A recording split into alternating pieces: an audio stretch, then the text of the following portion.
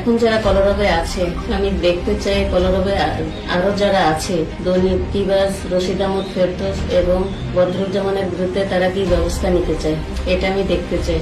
2010 জুনের 18 তারিখে আইনুদ্দিন আল আজাদ মারা যাওয়ার পরে কলরবের নামে চ্যানেল সহ বদরুজ্জামান যত কিছু দখল করেছে এগুলো আবার পুনর্গঠিত কলরবেই ফেরত দিতে হবে। এই কলরবের অর্জিত যত সম্পদ এগুলো আমাদের নেতৃত্বে কলরবকেই ফিরিয়ে দিতে হবে। কলরবের নামে যত সম্পদ অর্জিত হয়েছে এটা আমাদের নেতৃত্বে কলরবকেই ফিরিয়ে দিতে হবে। এভাবে ধীরে ধীরে সে কলরবের নাম ব্যবহার করে নিজের আখের বসেছে। গোটা জাতি চায় যে কলরব আগের পূর্বের জায়গায় ফিরে আসুক, কলরব ভালোভাবে চলুক, জাতির স্বার্থে, দেশের স্বার্থে, তার পরিবারের স্বার্থে আইনুদ্দিনের চেতনা নিয়ে চলুক। কলরব ন্যায্যতা এবং স্বচ্ছতার ভিত্তিতে পরিচালিত হোক। এই হলিউডের চ্যানেল কলরবের নামে ফিরিয়ে দিতে হবে এবং কলরবের যে লঘু ব্যবহার করা হয় এই লঘুটাও কেউ ব্যবহার করতে পারবে না তার পরিবারের অনুমতি ছাড়া। যদি সে করে তাহলে আমরা আইনের ব্যবস্থা নিতে বাধ্য হব।